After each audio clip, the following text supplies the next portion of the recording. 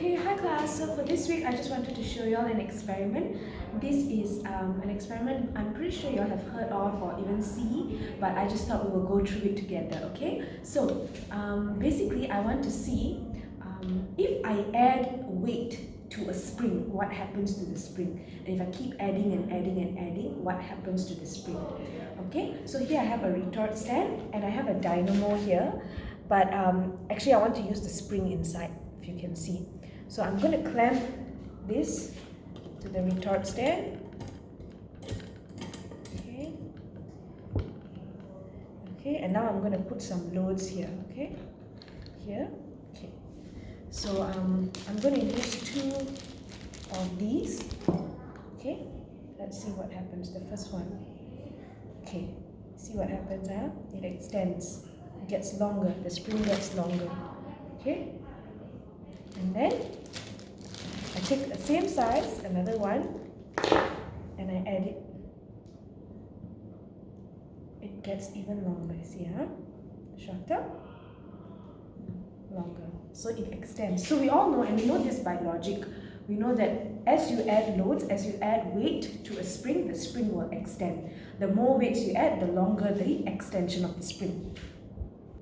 Okay, so here I've written down sort of like a report for this experiment. It's a very simple one. So the aim, so why did we do this investigation? To investigate the relationship between the load and the extension of the spring. We want to see when we add the load, what happens to the extension of the spring. And hypothesis is a smart guess that we usually make before the experiment. So we already know beforehand that if I increase the load, the spring will also extend more. So that's my smart guess. And then what are the variables? Independent. What am I changing? First I put one load and then I put another load. So my load is the independent variable. My dependent. What is dependent on the load? The extension. The more loads I add, the more the extension of spring. The less load, less extension.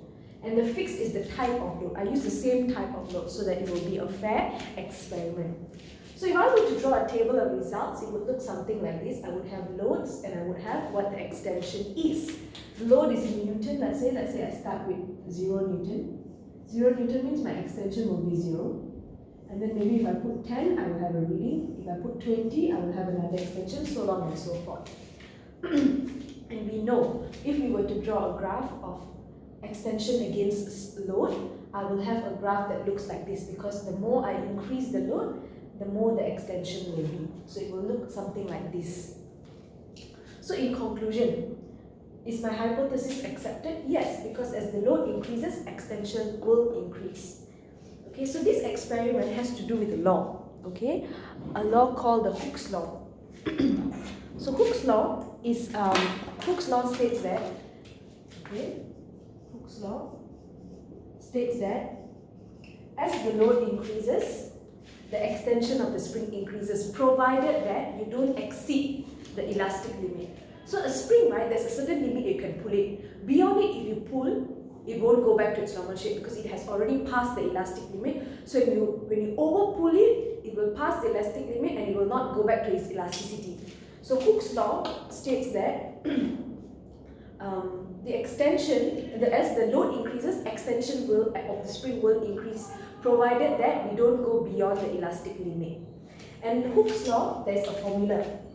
F equals to Kx, where F is the force, so in this case the load, the force that is acting on the spring, which is in this case the load, is equals to K times X. X here is the extension, okay, and K is the spring constant. So each spring has a spring constant. Spring constant is basically a value that denotes the stiffness of the spring.